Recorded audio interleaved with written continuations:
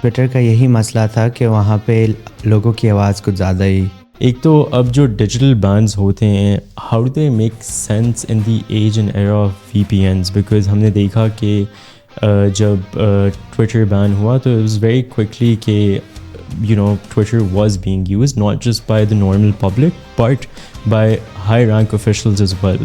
تو وہ obviously Twitter کے کیس میں یا ایکس کے کیس میں وہ وی پی این لگا کے ہی یوز کر رہے تھے. پھر ابھی جب انٹرنیٹ ڈسرپشنز بھی ہوئی تو پھر وی پی این ایک بہت بڑی چیز بن گئی. But obviously you can't block VPN. machine learning systems that inform your AI systems are deeply dependent on the West and are dependent on the information that is fed to it and the language models that are fed to it.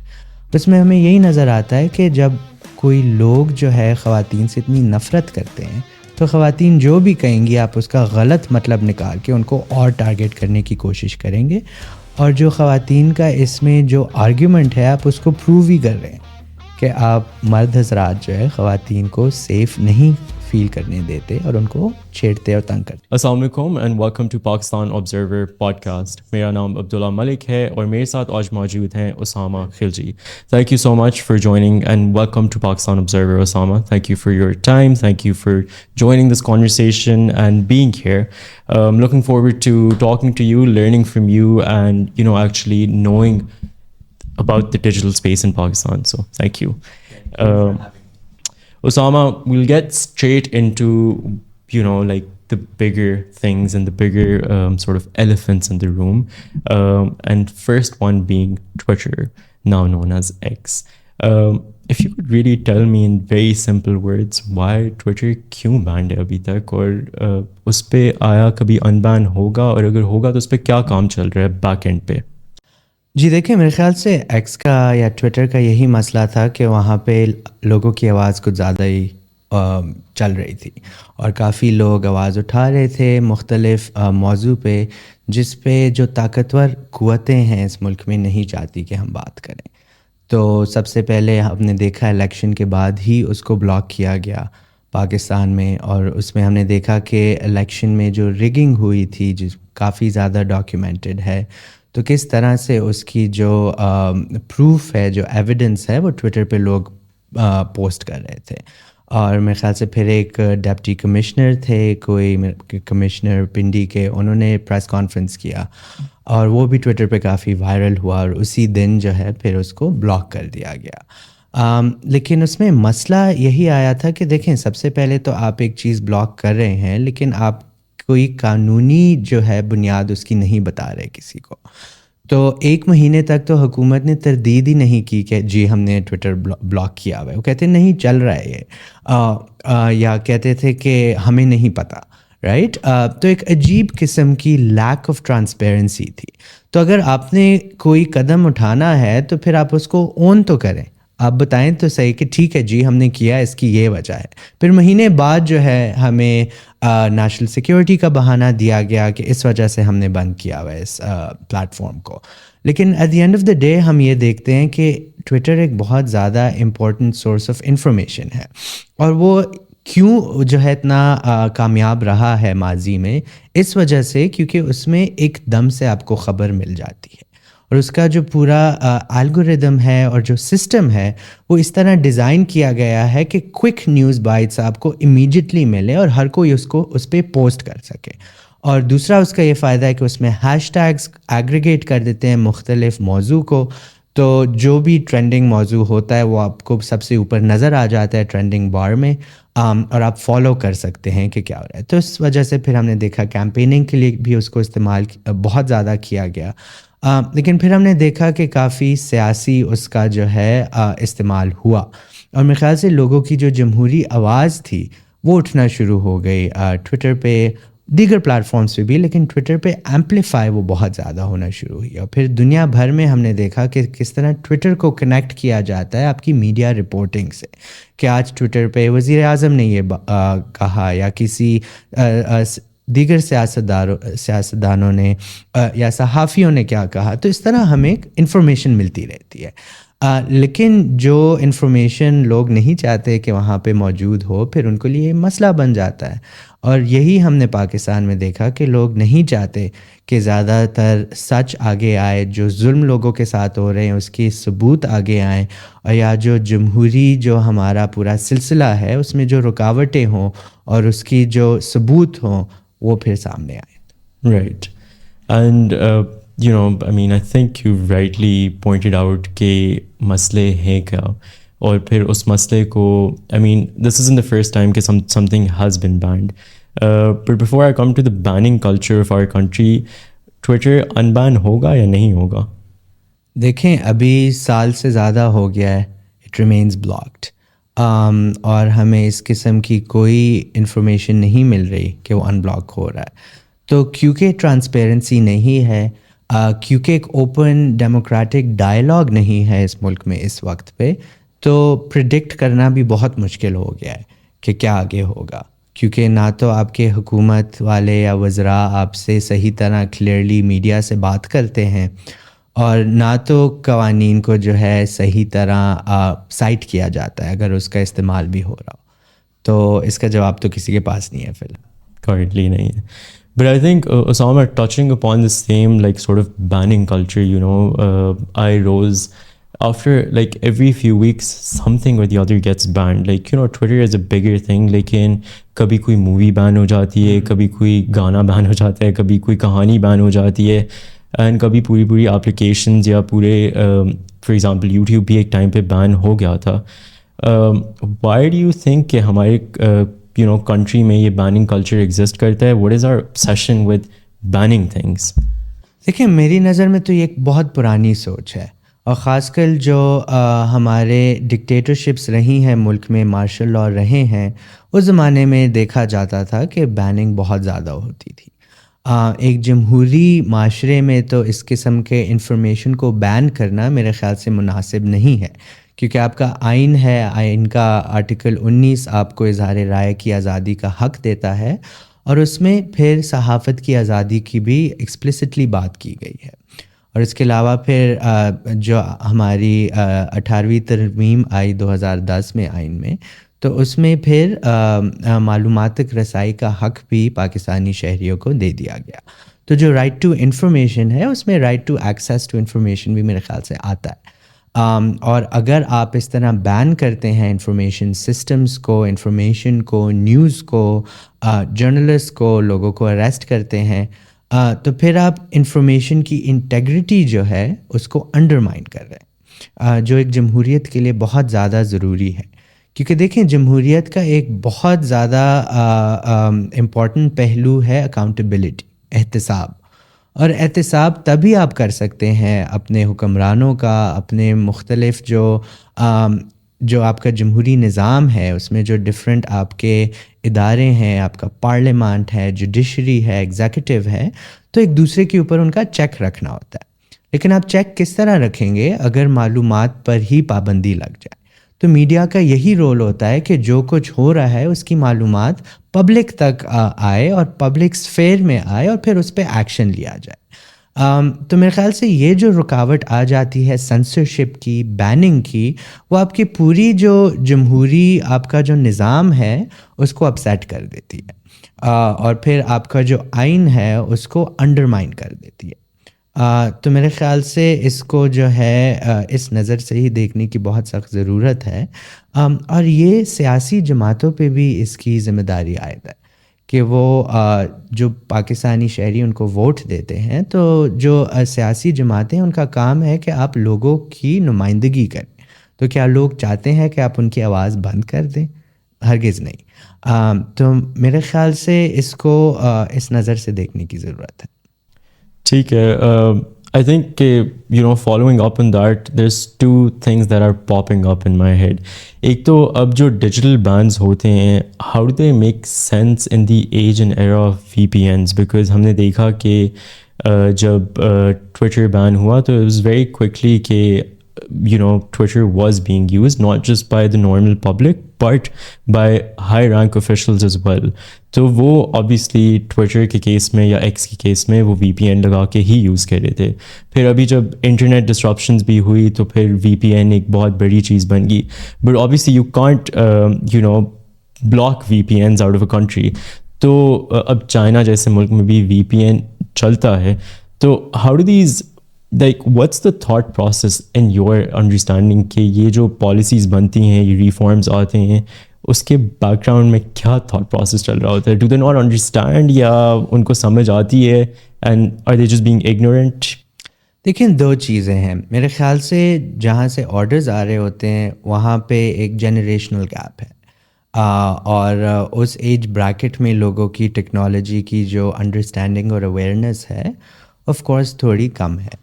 اور وہ ان کی غلطی بھی نہیں ہے, کیونکہ جو ہماری ٹیکنالوجی ہے وہ ہر روز تبدیل ہو رہی ہوتی ہے, ایڈوانس ہو رہی ہوتی ہے. تو جس طرح آپ نے بہت اچھا سوال پوچھا کہ وی پی این تو چلتے ہیں, وی پی این سے آپ ایکسیس کر سکتی ہیں چیزیں, اور تو اس میں پھر ایک تو ٹیکنالوجی کی انڈرسٹینڈنگ نہیں ہے. پھر دوسری جانب ہم دیکھتے ہیں کہ بہت زیادہ ایک ولنگنیس ہے ٹو انڈرمائن ٹیکنالوجی. تو اس میں ہم دیکھتے ہیں کہ فائر وال لگا دیا گیا, ویب مانیٹرنگ سسٹم لگا دیا گیا, millions of dollars have been spent on these systems. To what end? In order to censor us, in order to carry out more surveillance, and in order to control the internet, and by effect control the users of the internet in this country. تو اس میں پھر دوسری جانب ہم یہ دیکھتے ہیں کہ ایک اسٹرائسنڈ افیکٹ کہا جاتا ہے, جس کا مطلب یہ ہے کہ آپ کسی چیز پہ اتنی توجہ لوگوں کی نہیں ہوتی, لیکن جب آپ اس کو بین کر دیتے ہیں یا آپ کسی پہ کیس کر دیتے ہیں تو اس انسان یا اس چیز پہ توجہ لوگوں کی زیادہ آ جاتی ہے, اور پھر لوگ جو ہے کیوریس ہو جاتے ہیں کہ اچھا جی یہ کیوں بین ہوا ہے, یہ آرٹیکل تو پڑھنا چاہیے, یا یہ گانا کیوں بین ہوا ہے, چلو سنتے ہیں. تو میرے خیال سے یہ کاؤنٹر پروڈکٹیو موو ہوتا ہے کہ آپ اتنی سینسرشپ چیزوں پہ کریں, that censorship becomes news, and then people try to get access to it. تو میرے خیال سے سینسرشپ تو کاؤنٹر پروڈکٹیو ہی ہے. جو بہتر آپ کا آپشن ہے وہ یہی ہے کہ آپ کاؤنٹر کریں انفارمیشن کو. تو اگر آپ کے انفارمیشن ایکو سسٹم میں آپ کو نہیں پسند کسی کی باتیں, کسی سیاسی پارٹی آپ کو نہیں پسند, تو آپ اس سیاسی پارٹی کو کاؤنٹر کریں سیاست کے ذریعے. آپ اپنا نیریٹیو جو ہے اسٹرانگ بنائیں. لیکن at the end of the day جس کا نیریٹیو اسٹرانگ نہیں ہوتا پھر وہ کوشش کرتے ہیں کہ وہ دباؤ کا استعمال کریں. لیکن at the end of the day اور ہسٹری میں بھی ہم نے یہی دیکھا ہے کہ یہ دباؤ افیکٹو نہیں ہوتا. جو ڈکٹیٹرز ہیں وہ پھر ہٹ جاتے ہیں, یا جو سیاسی جماعتیں ہیں وہ ختم ہو جاتی ہیں, اور جو آپ کا کنیکشن لوگوں کے ساتھ ہے, جو پبلک کے ساتھ ہے, جو پبلک سینٹیمنٹ کے ساتھ ہے, دیٹ از واٹ پریویلز.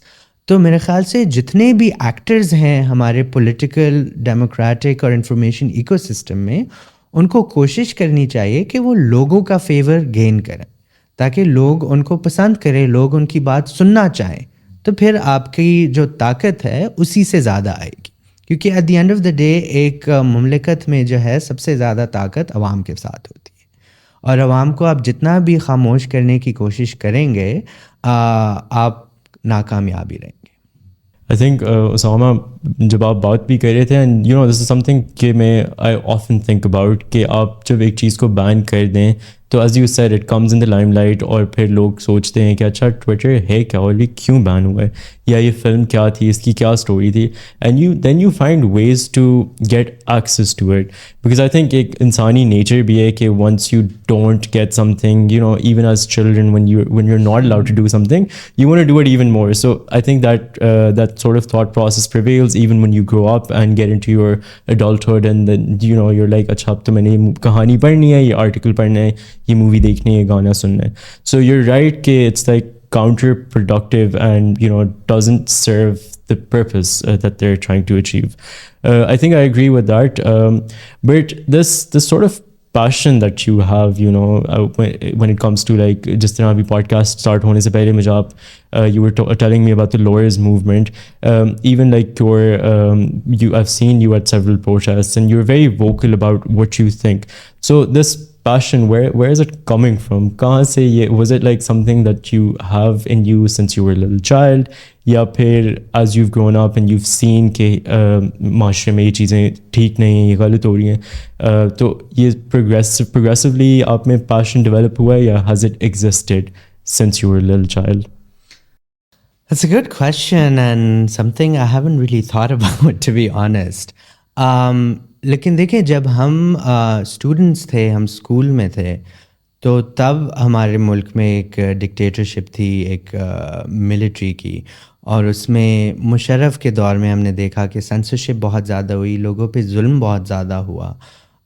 اس میں میڈیا کو بالکل بند کر دیا گیا تھا. فیمسلی 7 نومبر 2007 تھا, ایمرجنسی امپوز ہو گئی تھی, اور جو میڈیا لبرلائزیشن ہوئی تھی اس پہ بالکل قدغنیں لگ گئیں. تو ہم نے دیکھا کہ ٹی وی چینلز بلینک ہو گئے. تو اس میں پھر I think there was a sense of frustration and there was also a sense of like کہ آپ کا جو حق ہے آپ سے وہ چھینا جا رہا ہے. تو I think that really irked a lot of us at that time. تو ہم, اور پھر ادھر ہمارے کافی اچھے پولیٹیکل موومنٹس تھیں, سوشل موومنٹس تھی, ہیومن رائٹس موومنٹس تھی, movement for restoration of democracy تھی, اور ہم رہتے بھی اسلام آباد میں تھے. تو یہ سب کچھ جب آپ کے ارد گرد ہو رہا ہوتا ہے تو آپ اس کا حصہ بننا چاہتے ہیں. اسکول میں بھی ہم ڈبیٹ ٹیم میں میں تھا, ہم سارے دوست ڈبیٹ کرتے تھے مختلف ایشوز پہ, ڈیموکریسی پہ, ہیومن رائٹس پہ, فریڈم آف اسپیچ پہ, ڈفرینٹ سوشل ایشوز پہ. اور پھر جب ریئل لائف میں ہم دیکھتے تھے کہ کس طرح سے یہ سب کچھ پلے آؤٹ ہو رہا ہے, تو میرے خیال سے ہمیں ایک کیوریاسٹی تھی اور ایک تھوڑا سا پیشن آ گیا کہ اس کا حصہ ہم بنے and try to change things for the better. تو وہی سے یہ شروع ہوا. اور پھر جب ڈیجیٹل رائٹس کا میرا کام شروع تب ہوا 2010 میں, فیس بک کو بلاک کر دیا گیا تھا پاکستان میں, اور میں تب بھی اسٹوڈنٹ تھا یونیورسٹی میں. میں اٹھا, میں نے لیپ ٹاپ کھولا, facebook.com ڈالا, تو وہ اس پہ آیا surf safely, this website has been blocked for access in your country by the PTA. اور تب مجھے بہت زیادہ اریٹیشن ہوئی کہ who are they to block my access? I want to talk to my friends, you know, who are all around the world. اور تب پھر میں نے ایک آرٹیکل لکھا explaining why censorship of a social media platform is not the right thing to do. اور تب سے پھر ڈیجیٹل رائٹس میں کام ہم نے شروع کیا. اس کے 2 سال بعد 2012 میں ہم نے بولو بھی کی تنظیم بنائی, کچھ کافی دوستوں نے مل کے, اور اس میں ہم نے پھر یوٹیوب بلاک ہو گیا تھا. اور پھر ایک ٹینڈر نوٹس آیا تھا فلٹریشن سسٹم کا ویب سائٹس کو بلاک کرنے کے لیے, تو اس پہ ہم نے ایک انٹرنیشنل کیمپین چلائی اور ایمبیسیز کو لکھا اور انٹرنیشنل کمپنیز کو لکھا کہ آپ یہ اینٹی ڈیموکریٹک ٹیکنالوجی نہ ایک حکومت کو بیچیں, آپ کمٹ کریں. تو تب سے پھر ہمارا یہ کام شروع ہوا سینسرشپ اور سرویلنس کے خلاف. It's a citizens group, we like to call it. It's called Bolo Bhi. So the name, what's the story behind the name? Yeah, I mean, I think it's simple کہ بولو بھی, آپ اپنی آواز اٹھائیں, آپ خاموش نہ ہوئیں. So it's really intrinsically linked to freedom of expression. کہ آپ اپنے اظہار رائے کی جو آزادی ہے اس کو ایکسرسائز کریں. تو وہاں سے پھر ہمارا یہ بولو بھی گیا. Right. And Usama, because aapne kaha hai ki you started your journey in 2010 with Bolo Bhi, like that's when the thought started ki, you know, who are they to control my connection with my friends, which was a very innocent thought at that point. So from then to now, I think it's been like around 15 years. Has there been a year or a time in between jahan pe we've done digitally well, like, you know, in like the check list that you have کہ اچھا ہماری یہ بھی digital policy ٹھیک ہے, یہ بھی ٹھیک ہے, we're on the right track? Like, has there been a time in between? Look, it has been a long struggle, right? In trying to explain to policymakers and the public the importance of a free and open internet where information is freely available and is regulated only in terms of harms rather than political censorship. لیکن اس میں ہم نے یہ دیکھا کہ ہم نے کافی قوانین آئے، پیکا کا قانون آیا، پھر ابھی اس سال اس کو جو ہے امینڈ کیا گیا، تو اس میں ہم نے پارلیمنٹ کے ساتھ بھی کافی ایڈوکیسی کی، پارلیمنٹری کمیٹیز میں جا کے we spoke to them publicly, we did a lot of events, we took out policy briefs, ہم نے کافی ریسرچ کی، پھر ڈفرینٹ جورسڈکشنز کو ہم نے کمپیئر کیا، ہم نے کمپائل بھی کیا کہ اور ملکوں میں کس طرح یہ کیا جاتا ہے. اور اس میں پھر 2022 میں اسلام آباد ہائی کورٹ کے 2 ڈیسیجنز آئے تھے around April 2022 that gave us some hope. تو ایک جو ہے پیکا کا سیکشن 20 جو ہے اس کو اسلام آباد ہائی کورٹ نے کہا کہ اس کو جو it was basically the criminal defamation clause of PECA, اور اس میں کہا کہ ہارم ٹو ریپوٹیشن جو کرمنلائز کیا گیا ہے اس کو ہم امینڈ کر دیتے ہیں. تو کورٹ نے اس کو ہٹا دیا، اونلی ہارم ٹو پرائیویسی رہنے دیا. And that section was being abused by alleged harassers against whom people were speaking out in the Me Too movement. تو اگر آپ کو کسی نے ہراس کیا، آپ اس کے بارے میں بات کرتے ہیں تو وہ آپ پہ ڈیفیمیشن کیس کر دیتے تھے، وہ سیکشن 20 یوز کرتے تھے. یا آپ کسی نے، حکومت نے یا کسی اور انڈیویجول اور ادارے نے آپ پہ ذاتی کی، آپ اس کے بارے میں بات کرتے تھے، اس کو استعمال کیا جاتا تھا. تو وہ collective efforts of civil society, media and lawyers, تو کورٹ نے اس کو وہ ہٹا دیا. اور پھر دوسرا تھا ایک پیکا آرڈیننس آیا تھا جو پی ٹی آئی کی حکومت نے پریزیڈینشیل آرڈیننس پاس کروایا تھا، اور اس میں بھی پیکا کو کافی برے طریقے سے جو ہے امینڈ کر کے پاس کیا تھا. So that entire ordinance was then sent back also by the court. But unfortunately اس سال ان دونوں چیزوں کو دوبارہ رول بیک کیا گیا جب پیکا کو امینڈ کیا گیا، جو 2025 کی امینڈمنٹ آئی. لیکن انفارچونیٹلی ہم سمجھتے ہیں کہ اس وقت پارلیمنٹ جو ہے افیکٹو نہیں ہے. پارلیمنٹ جو ہے ایک اس طرح کا بن گیا جہاں پہ زیادہ ڈبیٹ بھی نہیں ہو رہی ایشوز پہ، اور جہاں جلدی میں آئینی ترمیم اور قوانین کو پاس کیا جا رہا ہے. اور میرے خیال سے جو جمہوری طریقہ ہوتا ہے کنسلٹیشن کا، آپ مختلف سیاسی پارٹیوں کے ساتھ کنسلٹ کرتے ہیں، جس میں آپ پبلک اسٹیک ہولڈرز سے کنسلٹ کرتے ہیں، فیڈ بیک سولیسٹ کرتے ہیں، you take that feedback into the process and then pass a law. Unfortunately we're seeing that is not happening in the current parliament. And that's why we're seeing such harmful and bad laws are being passed, and then we're seeing the consequences of that these days, where so many journalists are behind bars simply for doing their job. Right. Osama, so several times in your previous answer you've mentioned PICA. If you could really, agar bahut hi simple words mein you could break it down and explain to us کہ PICA ہے کیا؟ Prevention of electronic crimes act جو ہے اسے cyber crime law کہا جاتا ہے پاکستان کا، جس میں آپ کی انٹرنیٹ اور ٹیکنالوجی سے ریلیٹڈ ڈفرینٹ کرائمز کو ڈیفائن کیا گیا ہے، اور اس میں پھر انٹرنیٹ کے کانٹینٹ کو ریگولیٹ کرنے کی بھی کوشش کی گئی ہے. تو مثال کے طور پہ جو آن لائن ہراسمنٹ ہو گئی، اگر ہیکنگ ہو گئی، ہیٹ اسپیچ ہو گئی، اور اس کے علاوہ دیگر آپ کے جو فراڈ ہو گیا، اسپیمنگ ہو گیا، اسٹاکنگ ہو گیا، لوگوں کی تصاویر کو غلط طریقے سے استعمال کرنا ہو گیا، یہ ساری چیزیں پیکا میں کورڈ ہیں. لیکن انفارچونیٹلی اس میں کچھ کلازز ایسے بھی ہیں جو آپ کی انٹرنیٹ کے کانٹینٹ کو سینسر کرنے کی کوشش کرتے ہیں، جس میں پولیٹیکل سینسرشپ بھی آ جاتی ہے. اور جو لیٹسٹ امینڈمنٹ پیکا کی آئی ہے اس میں فالس انفارمیشن کو بھی کرمنلائز کیا گیا. تو اس میں میں تھوڑا سا بریک ڈاؤن اس کو کرتا ہوں کہ کیوں یہ بہت بڑا مسئلہ ہے.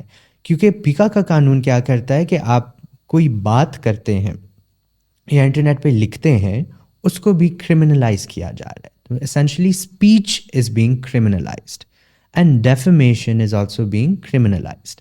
دنیا بھر میں ہم دیکھتے ہیں تقریباً 90 ممالک میں ڈیفیمیشن ہیز بین ڈی کرمنلائزڈ، یعنی کہ وہ ایک سول اوفینس بن گیا جس میں آپ کو فائن ہو سکتا ہے لیکن آپ کو جیل میں نہیں ڈالا جا سکتا. لیکن آج ہم دیکھتے ہیں پاکستان میں کہ اس قانون کے تحت آپ کے فیس بک، ٹویٹر، انسٹاگرام، ٹک ٹاک کی، واٹس ایپ کی ایکٹیویٹی کی بنیاد پہ آپ کو جیل میں ڈالا جا سکتا ہے.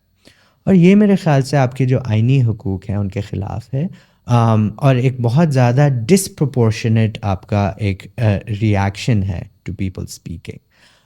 تو اوور آل جو پیکا قانون لایا گیا تھا ہمیں بتایا گیا تھا کہ وہ خواتین کو بچوں کو اور لوگوں کو تحفظ دینے کے لیے لایا گیا ہے، لیکن ہم دیکھتے ہیں کہ بہت زیادہ سیاسی پرسیکیوشن جو ہے وہ اس قانون کے ذریعے ہو رہی ہے آج کل. اس میں because I have followed your work and I've seen you know on your globe trotting adventures as well. تو آپ but Bangladesh, Sri Lanka, the South Asian region essentially, ہماری جو ایک ڈیجیٹل sort of existence ہے, how do you see it different from like India or from Sri Lanka or from Bangladesh? Like, you know, in India, for example, we see کہ Bangalore میں IT hubs بن چکے ہیں and they're really up there with their IT development, their digital development. How do you think that compares with ours, and where do we stand in this sort of South Asian landscape? دیکھیں India invested in IT education way before it even started in Pakistan.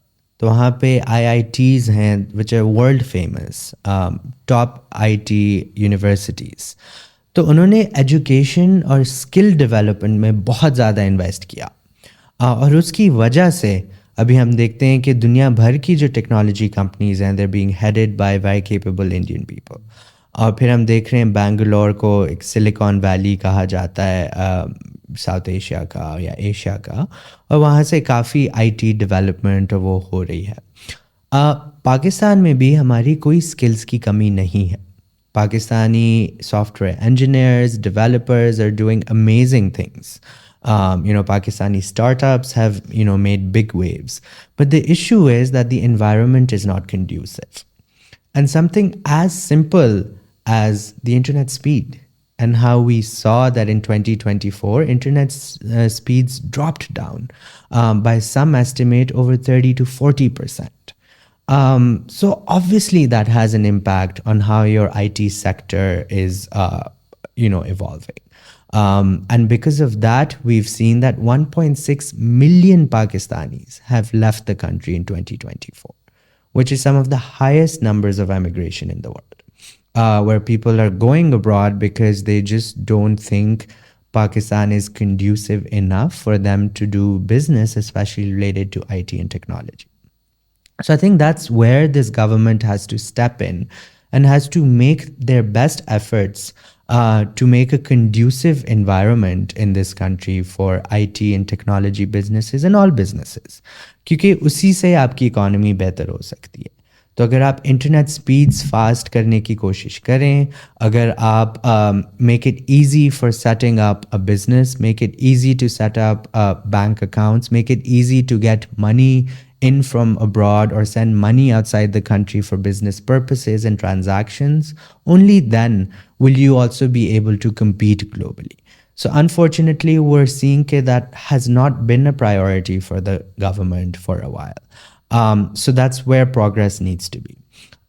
بنگلہ دیش اور سری لنکا میں ہم نے دیکھا کہ long standing جو governments تھیں جو کافی اوپریسو تھی, جو الیکشنز مینیپولیٹ کر کے پاور میں, ان بنگلہ دیش 15 years the same government, same prime minister.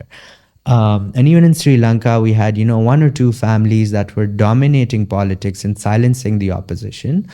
The people rose up and kicked them out. And, now they're trying to come up with new dispensations. So the reason I was in Bangladesh and Sri Lanka earlier this year was to, consult with civil society, with the government and others there, because I also have a global role with as vice chair of the Global Network Initiative, where we help, share best practices in light with international human rights law, especially the International Covenant on Civil and Political Rights, جس میں آپ کو بتایا گیا, اور most countries have signed that. تو اس کے تحت آپ کے فریڈم آف اسپیچ اور فنڈامنٹل رائٹس سے ریلیٹڈ جو لاز ہیں, how should you formulate them? So my interventions in these countries have been to sort of, offer help and assistance in shaping those kind of laws, that in what direction they can go. And that's something we've tried doing at home as well, in Pakistan. But we're hoping that the government will become more consultative here as well. But we don't see that currently. So yeah, in the region overall, I think we have a lot of potential. I have a lot of hope in the skills of young Pakistanis, who are making waves in IT. But I think they need that support and they need that conducive environment from the government, which is missing. Right. I mean, I really hope that does come to us as well. And I think just following up on that, if you were to, give some consultation services to our government, because we hear कि एक जो balance between misinformation, disinformation, and national security, that balance is very important for us, and hence all these laws and these changes and these bans.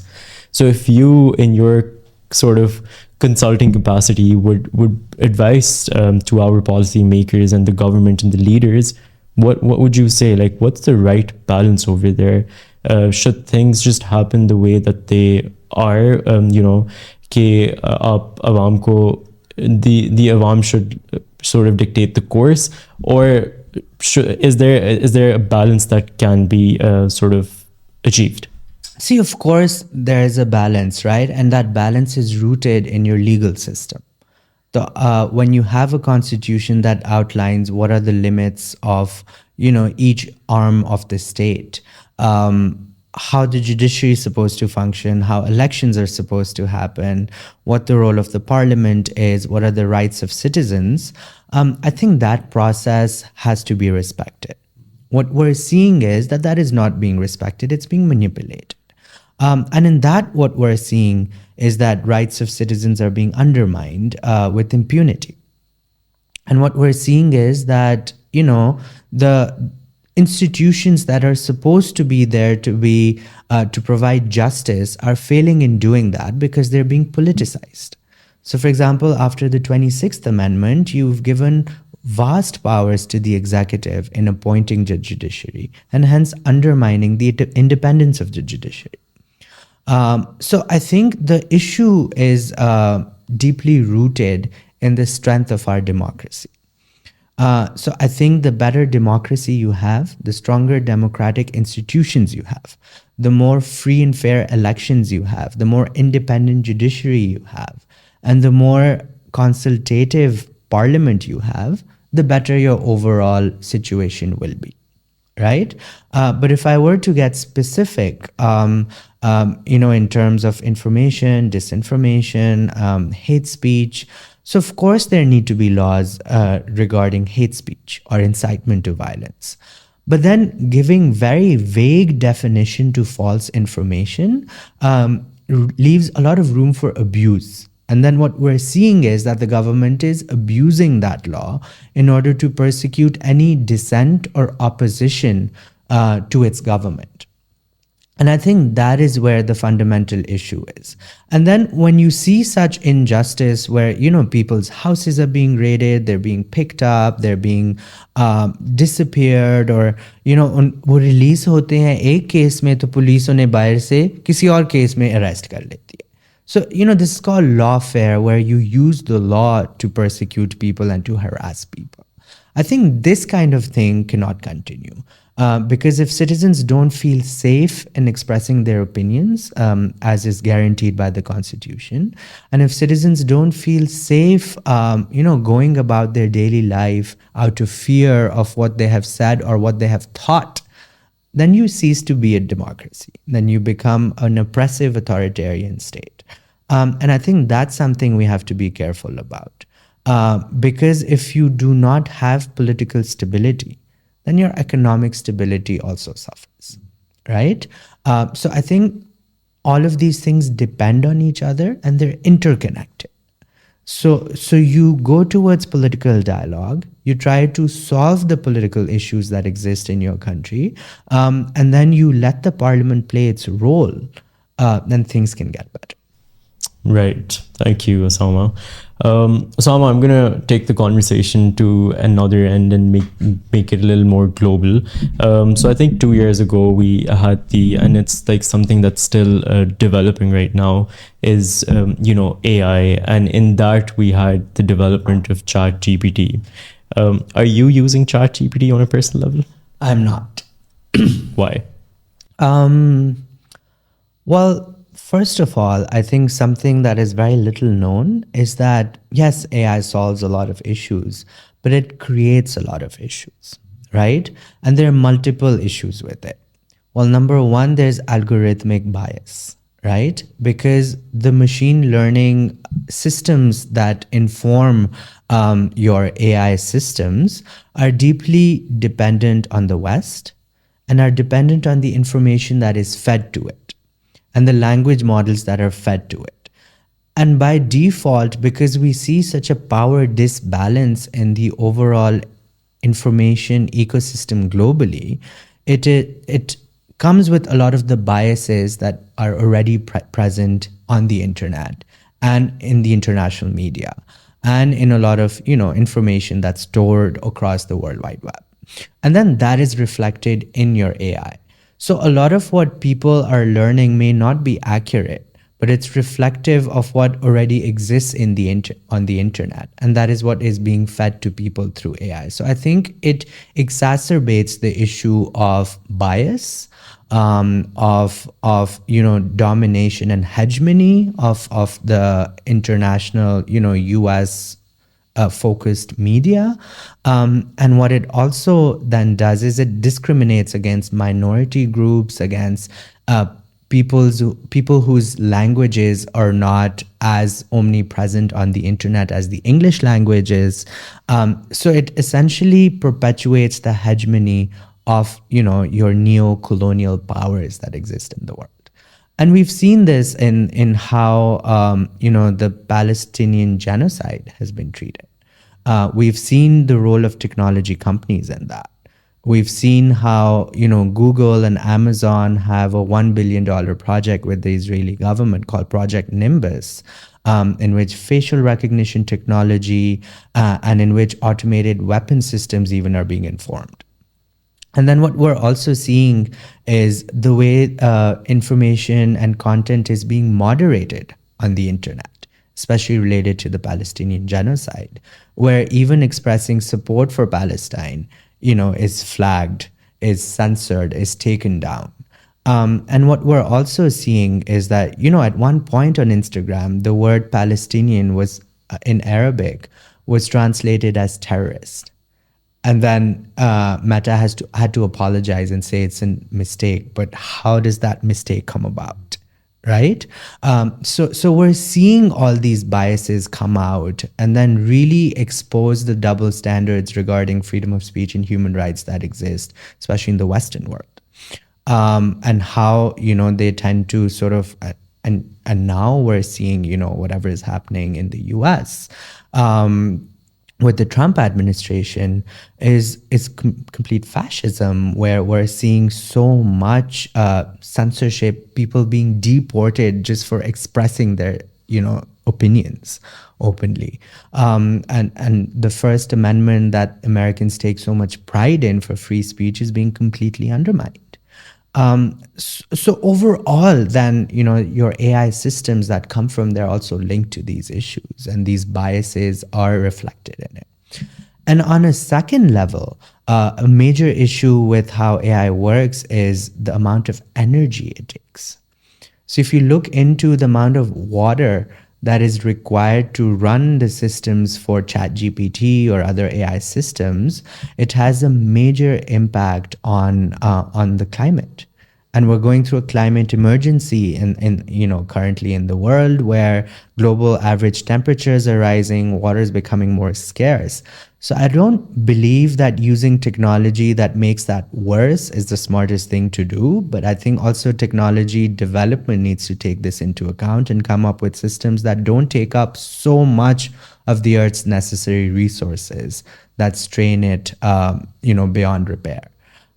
So I think, these are just a few of the reasons why I don't find these AI systems as reliable, especially for my work. And I think everyone should be aware with the issues that exist with. Right. I mean, I think that's a very interesting perspective, and a perspective that perhaps many of us haven't thought about. But I think you've given like a new angle to it. So, I think Osama, what I'm also interested in is you travel a lot for work. So you've been around the globe, and you said that you've consulting different places, different governments, different countries. Has there been a country that you've been to that's had sort of like serious surveillance issues, or serious like digital rights issues, something worse than what we have? There's many countries around the world like that, right? But I think what governments are doing with emerging technologies is also learning from each other. So the surveillance playbook, with the NSA leaks, we found out how the US was spying on citizens across the world, including world leaders. We've seen how Chinese technologies are similarly accused of doing that. We've seen how London is the most surveilled city in the world with CCTV cameras at every corner. And actually, just this week in the United Kingdom, they are installing facial recognition cameras in public areas, which will take that surveillance to a whole new level.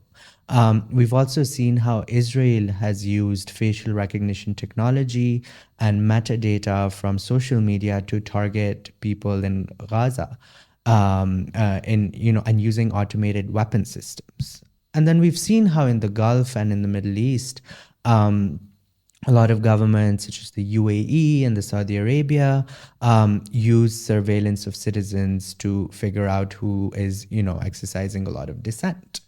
So all these oppressive systems are there across the world, right? We've seen how Rwanda, for example, or Ethiopia uses technology for surveillance of dissidents even across borders. So overall, I don't think it's a good environment currently globally, and where governments are really trying to increase the surveillance that they carry out. But there have been efforts. So, for example, the European Union has the GDPR that provides a lot of data protection guidance to governments and laws rooted in that. But then again, we've seen how Germany has cracked down on pro-Palestinian protesters. So a lot of these standards of human rights that the West sort of exported and were really proud of has really come crumbling down in the Palestinian genocide and the role of Israel in getting its allies to crack down on dissent. So overall, I think globally it's not a good situation, but it's also up to us as citizens to push back, because at the end of the day, we are the taxpayers to this government, and we're the ones who vote these governments into power. So it is our job to also hold these governments accountable and to remind them that you're supposed to work for us, not against us. Okay, then, Osama. So, activist, columnist, speaker, and traveler is what your Instagram bio says. I was coming to activism, and I wanted to know, because activism is something that's really in your bones from like a very young age, is what you also told us. A big part of that activism also goes into women and women empowerment in our country, because I think like digital rights, women rights, and these are the bigger things that we need to and must focus on. How do you feel about Aurat March and the backlash it receives every single year? I think it's very important for women to be in public spaces and to, have equal rights as men do. It's as simple as that. And what we see is, and globally in our society, and including in our country, what we see is that women have to work twice, thrice, or four times as hard as men do for any simple task, simply because public spaces are not safe for them. And this includes the internet. So women face a lot more harassment online than men ever do. And women face a lot of harassment at work. And public transport, in a marketplace, or anywhere they go. And even in homes, women are not safe. There's domestic violence, right? So I think for all of these reasons, when women get together and raise their voice, I think men have to listen. And I think that's what men are not doing a good job of, is listening to women, especially when they tell us what issues they're facing, and how they can be addressed. So I think for these reasons, any protest that women do, including the Aurat March, is fundamentally important in our society, because it's also a show of power, but also B, a show of grievances. And what are the grievances that we need to listen to? How do we train our younger boys to be better men when they grow up? I think all of these things are very, very important. And Osama, because in this podcast I'm making you break things down into easy to understand things, جو ہر سال slogan ایک controversy بن جاتی ہے، میرا جسم میری مرضی. Thoughts on that? I think in کو مس انٹرپریٹ کیا جاتا ہے اور ایک پرورس تھاٹ سے اس کو دیکھا جاتا ہے. اینڈ آئی تھنک یہ بہت بڑا مسئلہ ہے، کیونکہ اگر ایک باڈلی اٹانومی پہ خواتین بات کر رہی ہیں اور وہ بتا رہی ہیں کہ آپ کسی کی مرضی کے بغیر کسی کو ہاتھ نہ لگائیں، تو اس میں کیا غلط بات ہے؟ رائٹ؟ کیونکہ جب آپ پبلک میں خواتین جاتی ہیں، مرد ان کو چھیڑتے ہیں، ان کو ہاتھ لگاتے ہیں، ان کی کنسنٹ کو بالکل وائلیٹ کر کے اتنے زیادہ کیسز ہر روز رپورٹ ہوتے ہیں، بچوں اور خواتین کی وائلیشن ہوتی ہے، تو وہ آبویسلی ان کی مرضی کے خلاف ہو رہی ہوتی ہے.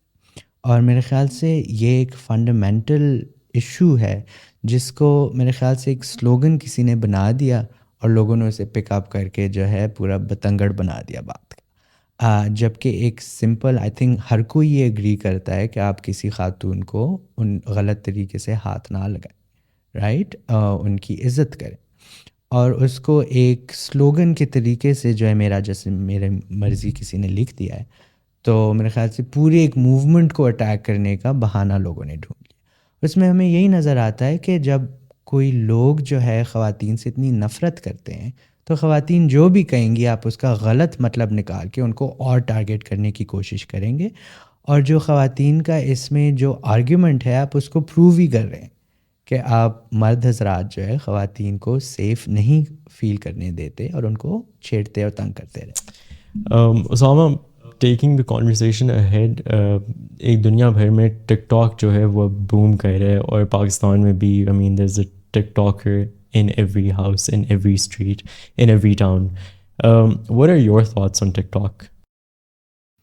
I think TikTok has been an amazing equalizer in our society, where it has brought so many people who weren't using technology or internet before into the fold. اور اس میں یہ ہے کہ کیونکہ وہ ایک یوزر فرینڈلی اپلیکیشن ہے، اور کیونکہ اس نے جو ہے بڑے شہروں کے ایلیٹ کے علاوہ لوگوں کو اتنی ایک آواز دے دی ہے، اتنا ایک پلیٹ فارم دے دیا ہے، تو میری نظر میں ایک بہت امپورٹنٹ پلیٹ فارم ہے. اور میرے خیال سے within a few years it has surpassed the number of users that Facebook had, which was the biggest platform, which shows کہ آپ کو اس میں انویسٹ کرنے کی ضرورت ہے. اور آپ اگر لوگوں سے بات کرنا چاہتے ہیں، اور خاص کر نوجوانوں سے، جو آپ کے ینگ لوگ ہیں اور جو آپ کے لوگ بڑے شہروں کے سے باہر رہتے ہیں، جو دیہات میں رہتے ہیں، چھوٹے ٹاؤنز میں رہتے ہیں، ان تک پہنچنے کے لیے ٹک ٹاک بہت زیادہ ایک امپورٹنٹ پلیٹ فارم بن گیا ہے. تو میرے خیال سے اس میں اس کو آپ کو رسپیکٹ کرنا چاہیے، اس کو، اور اس کو یوز کرنا چاہیے لوگوں تک پہنچنے. Right, I totally agree. Osama, a lot of the times people say کہ جو پاکستانی content creators ہیں، وہ جو content بنا رہے ہیں especially on YouTube, it's almost like brain rot content. Do you agree with that? See, there's all sorts of content. Over time, before the internet, we had magazines, we had tabloids, we had newspapers, we had weeklies, we had monthlies. So there were tabloids that were brain rot, right? We had television or information channels that were not the best quality, and then we had some very good quality content also. So the diversity of content will also be there. And at the end of the day, it is up to viewers um, to decide what they want. So if people want brain rot, then let them watch it, right? Because sometimes people need to shut their brains off and watch something just to wind down or relax. And it doesn't have to be educational or meaningful, right? It's just for simple entertainment. So I think let people decide what they want to watch, right? Of course, it should be not hateful content. It shouldn't be abusive content. And I think mechanisms exist to report content that is like that, and those need to improve. But overall, I think, it's open market for people to decide, and the beauty is that anyone can become a content creator. کوئی بھی جو ہے YouTube پہ channel بنا سکتا ہے، اپنے skills کو شوکیس کر سکتا ہے. بہت ساری خواتین اپنے گھر سے کوکنگ کے چینلز بناتی ہیں اور اس سے آمدنی بھی ان کی آتی ہے. بہت سارے لوگ انٹرٹینمنٹ کے لیے استعمال کرتے ہیں، نیوز کے لیے استعمال کرتے ہیں. تو آئی تھنک جو اس نے ڈیموکریٹائز کیا ہے، اس نے جو بیریئرز ٹو انٹری تھے بہت زیادہ سیکٹرز میں، اس کو ہٹا دیا. اور ابھی آپ دیکھتے ہیں کہ کوئی غریب انسان چھوٹے دیہات سے بھی ایک بڑا ٹک ٹاکر اور بڑا یوٹیوبر بن سکتا ہے، جو کہ پہلے اس کو جو ہے آ کے شہر میں ایک چینل میں نوکری لے کے ٹی وی پہ جانا ہر کسی کے لیے آسان نہیں ہوتا. تو ہم نے یہ بھی دیکھنا ہے کہ کتنی اپرچونیٹیز لوگوں کے لیے create. Absolutely agreed. Do you have a favorite content creator یا YouTuber from Pakistan? Honestly, I'm not a consumer of video content, so I don't use YouTube that much. But I do enjoy, a lot of Pakistani musicians and their music videos. I really do enjoy a lot of, I watch a lot of news on YouTube every now and then. So quite a boring answer for you. But yeah, I think for music and for information, it's very, very useful. Right. And Osama, you, because you write regularly and you also have to speak regularly, so you do have to be well informed about, what you're doing, what you're talking about. What's like some of the sources that you use? تو آپ اخبار پڑھتے ہیں, you watch news channels. What's the different sort of content that you're consuming to be well aware and, have the right sort of knowledge? Yeah, I think it's a range of different sources. So reliable news channels locally and internationally, newspapers, I will look at those. And then what I also do is kind of do research on my own to understand concepts. So sometimes when I'm writing or speaking, I will even read like an academic journal paper on, computer science or internet, etc., just to understand those concepts. And then I interview people, so I speak to people. So I'll try to reach out to experts in the field, and have them explain the concepts that I'm talking about to me, and then of course then use my own analysis after consulting all these different sources. So yeah, a lot of reading goes into it. And again, because you work in the digital space, what do you think in today's day and time are some of the fundamental rights جو ایسے حقوق ہیں جو سب digital users کو پتہ ہونے چاہیے, that they do have these rights, especially women in the digital world? Are there some rights that you think should be universally known to all of us? I think, your right to freedom of speech and expression is very, very important, but also is your right to privacy, right? So, اگر آپ کو بار بار کوئی تنگ کر رہا ہے, آپ کی تصویریں اسکرین شاٹ کر رہا ہے, آپ سے انسسٹ کر رہا ہے آپ سے بات کرنے کے لیے, یا تو آپ جب اپنا اوپینین ایکسپریس کرتی ہیں یا کرتے ہیں تو آپ کو ہراس کر رہا ہے in order to intimidate you into not expressing your opinion. Now, that's also a violation of your basic rights. But yeah, I think right to access to information, right to express your opinions, your right to privacy are fundamental. And then also your right to safety. I think it's also important کہ ہم law enforcement کو complain کریں اگر کوئی issues ہوتے ہیں, and law enforcement then also has to be responsive. So I think that's also something that has to, requires a lot of work, because our law enforcement in Pakistan is not equipped enough. They need more resources in order to deal with the volume of complaints that they get. Right. Sama, on one hand, we hear the entrance of Starlink in Pakistan, جو ہم خبریں پڑھتے ہیں دیکھتے ہیں. دوسری طرف we see کہ Fiverr and Upwork type networks and public sort of online spaces نے پاکستانیز کو restrict کر دیا because of the internet disruptions that we constantly have. How does this make sense کہ ایک طرف Starlink کی نیوز آ رہی ہے, دوسری طرف Fiverr, Upwork جیسے نیٹورکس آپ کو لمٹ کر رہے ہیں؟ آئی تھنک وہ اس لیے لمٹ کر رہے تھے کیونکہ انٹرنیٹ کے اتنے مسائل تھے کہ آپ کے جو فری لانسرز تھے وہ اپنا کام نہیں کر سک رہے تھے. تو I think that's unfortunately because of the internet issues in our country that our government needs to address and needs to stop obstructing. On the other hand, things like Starlink, that's just another internet service provider. Through satellite, there's some Chinese companies that are also in the run. I think there are talks going on with them as well. I believe جتنی زیادہ companies ہوں اتنا بہتر ہے, competition ہوگا, prices تھوڑی کم ہوگی, لوگوں کے پاس چوائس زیادہ ہوگی, ورائٹی زیادہ ہوگی.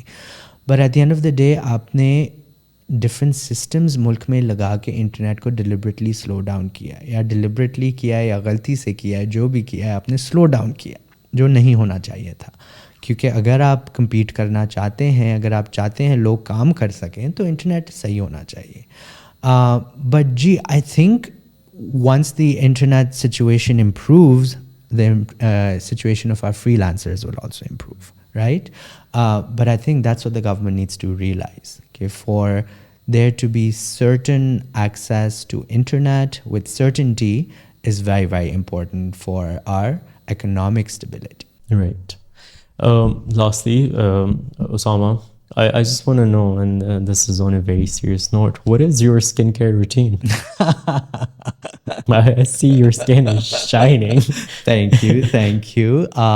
It's just a lot of stuff that goes into it. But it's hydrofacials, it is vitamin C, moisturizing, and retinol thrice a week. Right. Thank you so much for that, Osama. Thank you for joining the podcast, and thank you on my behalf and on Pakistan Observer's behalf for your time and your insights. Thank you for having me. Thank you for being here. Okay.